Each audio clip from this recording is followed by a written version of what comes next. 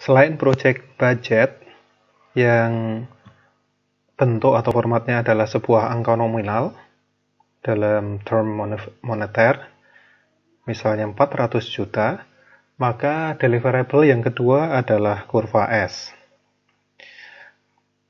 Kurva S akan bisa dibuat jika Anda sudah membuat Gantt chart untuk project-nya. Dan karena Anda sudah mengerjakan project time management plan, maka Gantt chart sudah tersedia dan kita akan gunakannya. Pada project yang rumit, yang memiliki ratusan aktivitas, maka Anda tidak akan bisa melakukan pembuatan kurva S-nya secara manual. Minimal Anda perlu spreadsheet, misalnya Excel. Akan lebih handy atau lebih simpel lagi jika Anda memiliki software khusus untuk project management. Kebetulan untuk UGM kita punya akses ke project MS Project sehingga Anda punya alternatif untuk menggunakannya. Oke, misalkan di sini saya hanya akan memberikan konsep dasarnya. Serumit apapun project Anda, WTS Anda, konsepnya tetap akan sama. Karenanya contohnya kita akan menggunakan, dalam contoh ini kita hanya akan menggunakan project yang simple, memiliki 4 aktivitas, yaitu aktivitas aktivitas B, dan aktivitas C, serta aktivitas D, 4 aktivitas. Masing-masing memiliki, sudah didefinisikan durasinya. Ini adalah durasi pertama, kemudian ini adalah durasi minggu kedua. Jadi ada 2 minggu untuk aktivitas A. Aktivitas B memiliki durasi 1 minggu. Aktivitas C juga memiliki durasi 2 minggu. Aktivitas terakhir D juga memiliki durasi 3 minggu. Di samping itu, dari tahapan sebelumnya, Anda sudah bisa menentukan atau mendefinisikan estimasi biaya untuk masing-masing aktivitas. Asumsinya misalkan dalam contoh ini aktivitas A 100 juta, B 100 juta, dan seterusnya. Nah, inilah informasi awal yang kita butuhkan untuk membuat kurva S. Bagaimana cara membuatnya? Dari sini, kita akan mengkonversi menjadi kurva S dengan cara sebagai berikut. Ide dasar dari kurva S itu sangat sederhana. Kalau kita gambarkan di kanan atas ini, sumbu X adalah waktu, kemudian sumbu Y adalah rupiah. Oke. Kurva S adalah kurva yang menunjukkan akumulasi biaya yang direncanakan akan dikeluarkan sampai ke minggu tertentu. Diulangi. Kurva S menunjukkan akumulasi biaya yang direncanakan untuk dikeluarkan sampai minggu tertentu. Artinya apa? Saat kita bicara minggu pertama, jika titik ini mewakili kurva S, itu artinya adalah di minggu pertama ini, dia akan menghabiskan, katakanlah, 50 juta. Oke. Kemudian, di minggu berikutnya, katakanlah ada di sini, minggu kedua, habis 100 juta. Apa artinya? Di minggu kedua ini, akumulasi biaya yang direncanakan untuk dikeluarkan adalah 100 juta. Artinya, minggu pertama habis 50, minggu kedua habis 50, dan seterusnya. Untuk minggu-minggu berikutnya berlaku konsep yang sama.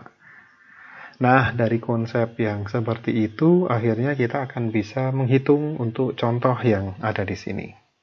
Karenanya, kita akan perlu membuat tabel di bawah sini. Tabelnya digunakan untuk menghitung berapa biaya yang direncanakan dikeluarkan di minggu tersebut. Sehingga kita membutuhkan angka budget untuk masing-masing aktivitas plus waktu pelaksanaan aktivitasnya. Aktivitas A diselesaikan 2 minggu. total 100. Berarti kita bisa mengasumsikan minggu pertama habis 50, minggu kedua habis 50. Ini 100 untuk 1 minggu. Oke. Ini 50 untuk 2 minggu.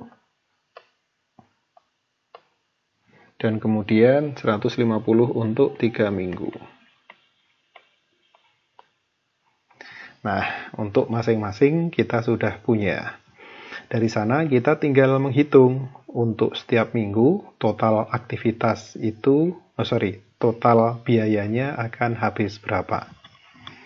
Beberapa mahasiswa yang kritis biasanya akan bertanya kalau di kelas, Pak, apakah harus pembagiannya rata seperti itu? Jawabannya tentunya tidak. Pembagian rata biasanya disebut prorate.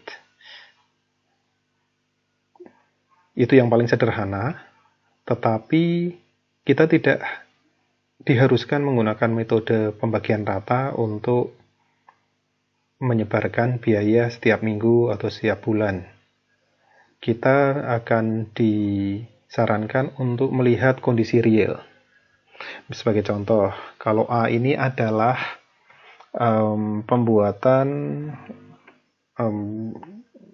wedding photograph. Jadi kita melakukan wedding fotografi dalam pernikahan tadi. Kebetulan yang memberikan layanan adalah teman kita. Oke. Dan ternyata saat ditanya di awal, bayarnya gimana? Mau nyicil tiap minggu? Karena selesainya kan 2 minggu, atau di awal, atau gimana? Terus dia bilang, oh kita kan teman, nanti aja kalau udah selesai, begitu selesai bayar penuh. Oke. Dalam kasus itu berarti penggunaan prorate kurang realistis. Kita akan pilih di sini minggu pertama 0, di sini minggu kedua langsung kita bayarkan 100, dan seterusnya. Untuk hal-hal yang lain, sedapat mungkin juga merefleksikan kondisi realnya. Untuk kemudahan kita dalam pembahasan kali ini, kita akan asumsikan semuanya prorate. Tulisannya kira-kira seperti ini ya, prorate. Oke, sehingga akan lebih mudah dalam hal pembahasannya. Oke, jadi untuk minggu pertama totalnya adalah 50, minggu kedua adalah 50, minggu ketiga ada 100 tambah 25, minggu berikutnya 25, kemudian 50, 50, 50. Oke. Ini adalah biaya yang direncanakan dikeluarkan tiap minggu. Perhitungan belum selesai karena kurva S membutuhkan akumulasi, sehingga di bawahnya kita perlu membuat satu lagi, yaitu akumulasi. Minggu pertama tetap 50, minggu kedua akumulasinya adalah 50 ditambah 50, jadi 100. Minggu berikutnya 100 ditambah 125 menjadi 225, kemudian 250, kemudian 300, kemudian 350, kemudian 400. Nah, angka yang di bawah inilah yang nanti akan Anda plotkan ke dalam kurva S waktu terhadap rupiah. Perlu diingatkan karena Anda engineer, maka saat menggambar kurva pastikan semua sumbunya ditulis. Kesalahan fatal jika Anda lupa tidak menuliskan sumbu dan panahnya. Jadi sumbu dan panah harus Anda tulis, jadilah kurva S-nya. Anda tidak perlu bingung jika kurva S Anda tidak membentuk huruf S, karena dalam beberapa kasus bisa jadi Anda mendapatkan kurva S yang bentuknya tidak S. Contoh-contoh ekstrimnya misalnya kira-kira seperti ini. Oke. Ini bisa. Oke. Ini kita sebut tetap kurva S. Anda nanti bisa ngasih contoh ya untuk kasus A ini kira-kira project seperti apa. Oh iya, saya salah. Belum ngasih rupiah dan waktu, nanti dimarahi. Oke. Contoh yang kedua. Kira-kira ekstrimnya jadi seperti ini. Oke. Jadi naik seperti itu. Atau kalau memang benar-benar mau mendapatkan yang indah, tentunya akan seperti ini, lumayan indah. Nah, ini adalah contoh-contoh kurva S yang kadang tidak seperti huruf S. Salah satu contoh kurva S yang salah adalah yang kira-kira seperti ini ya. Nah, ini adalah kurva S yang pasti salah. Kira-kira salahnya di mana nanti bisa didiskusikan di online platform kita. Nah, ini adalah salah satu contoh kurva S yang dibuat dengan spreadsheet Excel ya, kelihatan dari formatnya. Di sini sumbu X-nya adalah D, kemudian di sini adalah dolar. Oke, menyesuaikan saja. Yang membedakan dengan contoh sebelumnya adalah di kurva S yang ini kita punya 3 kurva. Yang di tengah ini adalah hasil yang sama dengan yang di slide sebelumnya. Biasa kita sebut sebagai skenario most likely. Oke, most likely. Kemudian yang di bawah ini adalah skenario optimistic. Sementara yang di atas ini yang kita sebut sebagai skenario pesimistik. Kenapa beberapa planner memilih untuk menggunakan 3 skenario seperti ini? Karena buat mereka akan memudahkan pada saat penggunaannya dalam mengontrol proyek. Sederhananya adalah, asalkan sebuah proyek itu nanti real expenditure-nya atau pengeluaran realnya itu jatuh di antara 2 band yang ekstrim ini, pesimis maupun optimis, maka proyek dianggap oke, nggak masalah. Jadi, angka realnya tidak harus tepat pada grafik yang di tengah. Tapi cukup asalkan tidak melewati atas dan bawah. Itu dianggap oke, tidak ada masalah. Itu alasannya. Nah, bagaimana cara membuat optimistik dan pesimistiknya? Singkat kata, optimistik dan pesimistiknya akan dibuat setelah kita membuat analisis resiko. Kenapa? Karena resiko itulah yang akan menyebabkan deviasi terhadap most likely skenario. Nanti di analisis risiko kita belajar bahwa risiko itu ada yang disebut risiko positif maupun risiko negatif. Risiko positif akan membuat optimistic value. Risiko negatif atau threat akan membuat pessimistic band yang ada di atas ini. Skenario optimis dan pesimistik nantinya tidak harus simetri seperti yang ada di sini. Kalau dilihat di sini kan simetrik ya, dari atas sampai ke bawah. Tidak harus simetrik. Biasanya skenario pesimistik itu bandnya akan lebih lebar daripada yang optimistik. Ini rule of thumb saja. Tapi seberapa lebarnya akan didapat dari analisis resiko. Dalam kasus ini, di gambar ini saya menggunakan metode yang very naive gitu ya, very simple, yaitu tambahkan saja plus minus 5%